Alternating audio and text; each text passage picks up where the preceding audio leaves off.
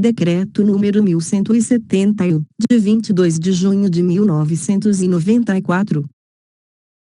Aprova o Código de Ética Profissional do Servidor Público Civil do Poder Executivo Federal. Artigo 1. Fica aprovado o Código de Ética Profissional do Servidor Público Civil do Poder Executivo Federal, que com este baixa. Artigo 2.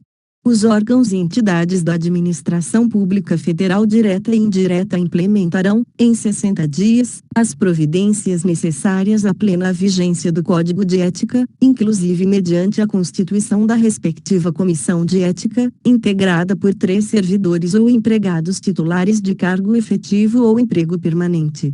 Parágrafo único. A constituição da Comissão de Ética será comunicada à Secretaria da Administração Federal da Presidência da República, com a indicação dos respectivos membros titulares e suplentes. Artigo 3. Este decreto entra em vigor na data de sua publicação. Brasília, 22 de junho de 1994, 173 da Independência e 106 da República. Itamar Franco Código de Ética Profissional do Servidor Público Civil do Poder Executivo Federal. Capítulo 1. Seção 1. Das regras deontológicas. 1.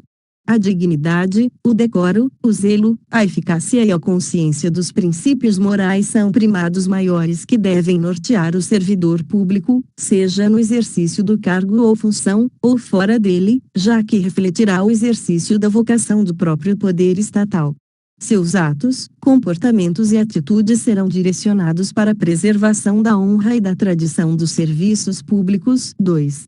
O servidor público não poderá jamais desprezar o elemento ético de sua conduta. Assim, não terá que decidir somente entre o legal e o ilegal, o justo e o injusto, o conveniente e o inconveniente, o oportuno e o inoportuno, mas principalmente entre o honesto e o desonesto, consoante as regras contidas no artigo 37, caput, e parágrafo 4, da Constituição Federal. 3.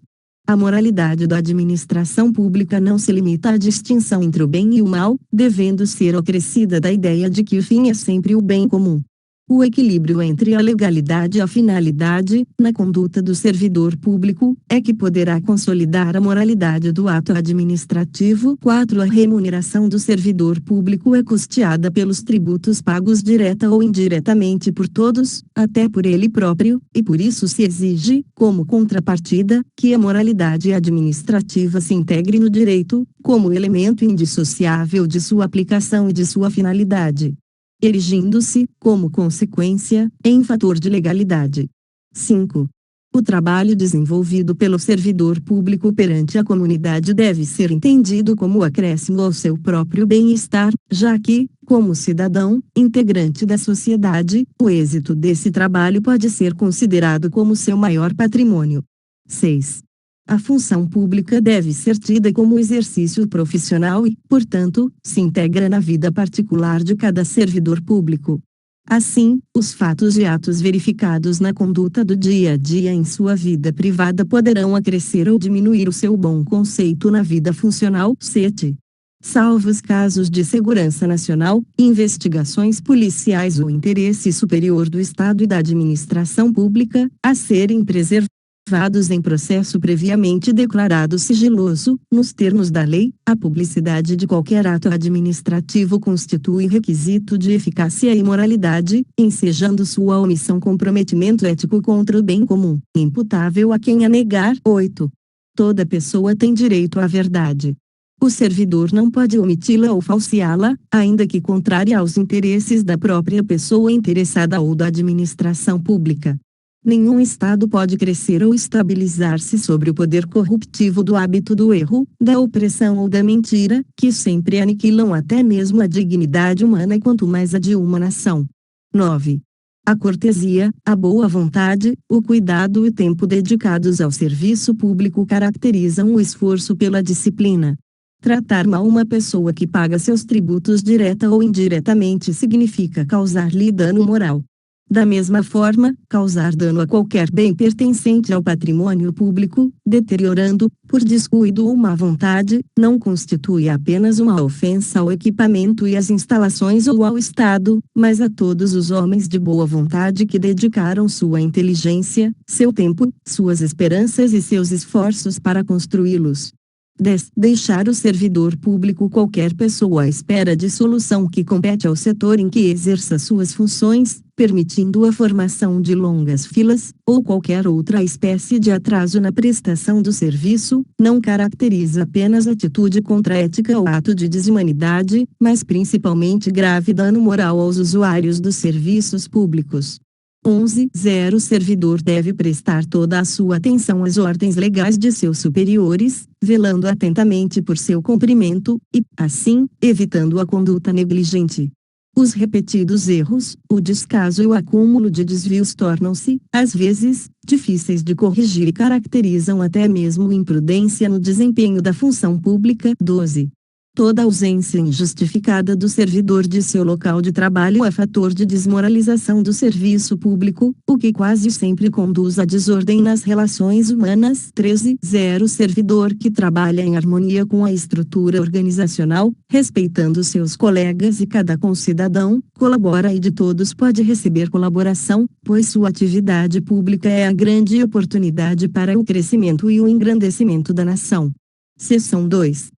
Dos principais deveres do servidor público. 14 São deveres fundamentais do servidor público: a. Desempenhar, a tempo, as atribuições do cargo, função ou emprego público de que seja titular. b. Exercer suas atribuições com rapidez, perfeição e rendimento, pondo fim ou procurando prioritariamente resolver situações procrastinatórias, principalmente diante de filas ou de qualquer outra espécie de atraso na prestação dos serviços pelo setor em que exerça suas atribuições, com o fim de evitar dano moral ao usuário. c. Ser probo, reto, leal e justo, demonstrando toda a integridade do seu caráter, escolhendo sempre, quando estiver diante de duas opções, a melhor e a mais vantajosa para o bem comum. d. Jamais retardar qualquer prestação de contas, condição essencial da gestão dos bens, direitos e serviços da coletividade e seu cargo, e tratar cuidadosamente os usuários dos serviços aperfeiçoando o processo de comunicação e contato com o público. f. Ter consciência de que seu trabalho é regido por princípios éticos que se materializam na adequada prestação dos serviços públicos. g. Ser cortês, ter urbanidade, disponibilidade e atenção, respeitando a capacidade e as limitações individuais de todos os usuários do serviço público,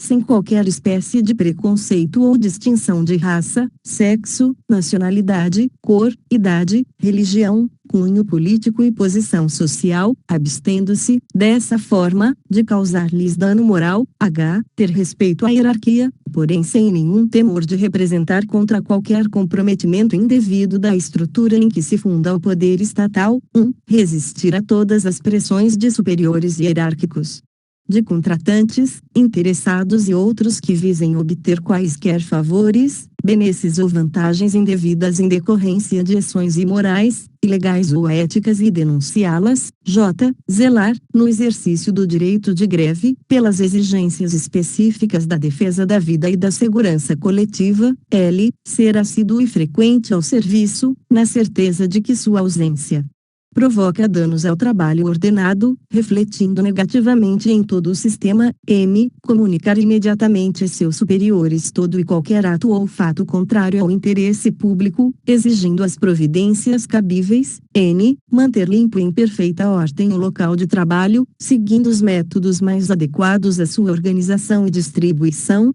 Participar dos movimentos e estudos que se relacionem com a melhoria do exercício de suas funções, tendo por escopo a realização do bem comum. p. Apresentar-se ao trabalho com vestimentas adequadas ao exercício da função. q. Manter-se atualizado com as instruções, as normas de serviço e a legislação pertinentes ao órgão onde exerce suas funções. r. Cumprir, de acordo com as normas do serviço e as instruções superiores, as tarefas de seu cargo ou função. tanto quanto possível, com critério, segurança e rapidez, mantendo tudo sempre em boa ordem. S. Facilitar a fiscalização de todos os atos ou serviços por quem de direito. T. Exercer com estrita moderação as prerrogativas funcionais que lhe sejam atribuídas, abstendo-se de fazê-lo contrariamente aos legítimos interesses dos usuários do serviço público e dos jurisdicionados administrativos. U. Abster-se, de forma absoluta, de exercer sua função, poder ou autoridade com finalidade estranha ao interesse público, mesmo que observando as formalidades legais e não cometendo qualquer violação expressa à lei. 5. Divulgar e informar a todos os integrantes da sua classe sobre a existência deste Código de Ética, estimulando o seu integral cumprimento. Seção 3. Das vedações ao servidor público. 15. E vedado ao servidor público, a. O uso do cargo ou função, facilidades, amizades, tempo, posição e influências, para obter qualquer favorecimento, para si ou para outrem. B. Prejudicar deliberadamente a reputação de outros servidores ou de cidadãos que deles dependam. C. Ser, em função de seu espírito de solidariedade, conivente com erro ou infração a este Código de Ética ou ao Código de Ética de sua profissão. D. Usar de artifícios para procrastinar ou dificultar o exercício regular de direito por qualquer pessoa, causando-lhe dano moral ou material, e deixar de utilizar os avanços técnicos e científicos ao seu alcance ou do seu conhecimento para atendimento do seu mister. F. Permitir que perseguições, simpatias, antipatias, caprichos, paixões ou interesses de ordem pessoal interfiram no trato com o público, com os jurisdicionados administrativos ou com colegas hierarquicamente superiores ou inferiores. G. Pleitear, solicitar, provocar, sugerir ou receber qualquer tipo de ajuda financeira, gratificação, prêmio, comissão, doação ou vantagem de qualquer espécie, para si, familiares ou qualquer pessoa, para o cumprimento da sua missão ou para influenciar outro servidor para o mesmo fim. H. Alterar ou deturpar o teor de documentos que devem caminhar para providências. 1. Iludir ou tentar iludir qualquer pessoa que necessite do atendimento em serviços públicos. J. Desviar servidor público para atendimento ao interesse particular. L. Retirar da repartição pública, sem estar legalmente autorizado, qualquer documento, livro ou bem pertencente ao patrimônio público. M. Fazer uso de informações privilegiadas obtidas no âmbito interno de seu serviço, em benefício próprio, de parentes, de amigos ou de terceiros. N. Apresentar-se embriagado no serviço ou fora dele habitualmente. U. Dar o seu concurso a qualquer instituição que atente contra a moral, a honestidade ou a dignidade da pessoa humana. P. Exercer atividade profissional ética ou ligar o seu nome a empreendimentos de cunho duvidoso. Capítulo 2. Das comissões de ética. SV. Em todos os órgãos e entidades da administração pública federal direta, indireta, autárquica e fundacional, ou em qualquer órgão ou entidade que exerça atribuições delegadas pelo poder público, deverá ser criada uma comissão de ética, encarregada de orientar e aconselhar sobre a ética profissional do servidor, no tratamento com as pessoas e com o patrimônio público, competindo-lhe conhecer concretamente de imputação ou de procedimento susceptível de censura. 17. Revogado. 23.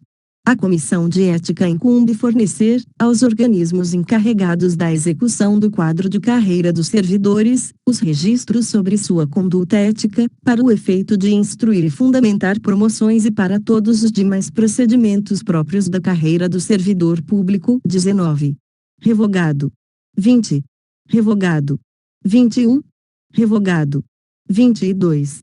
A pena aplicável ao servidor público pela Comissão de Ética é a de censura e sua fundamentação constará do respectivo parecer, assinado por todos os seus integrantes, com ciência do faltoso. 28. Revogado. 24. Para fins de apuração do comprometimento ético, entende-se por servidor público todo aquele que, por força de lei, contrato ou de qualquer ato jurídico, preste serviços de natureza permanente, temporária ou excepcional, ainda que sem retribuição financeira, desde que ligado direta ou indiretamente a qualquer órgão do poder estatal, como as autarquias, as fundações públicas, as entidades paraestatais, as empresas públicas e as sociedades de economia mista, ou em qualquer setor onde prevaleça o interesse do Estado.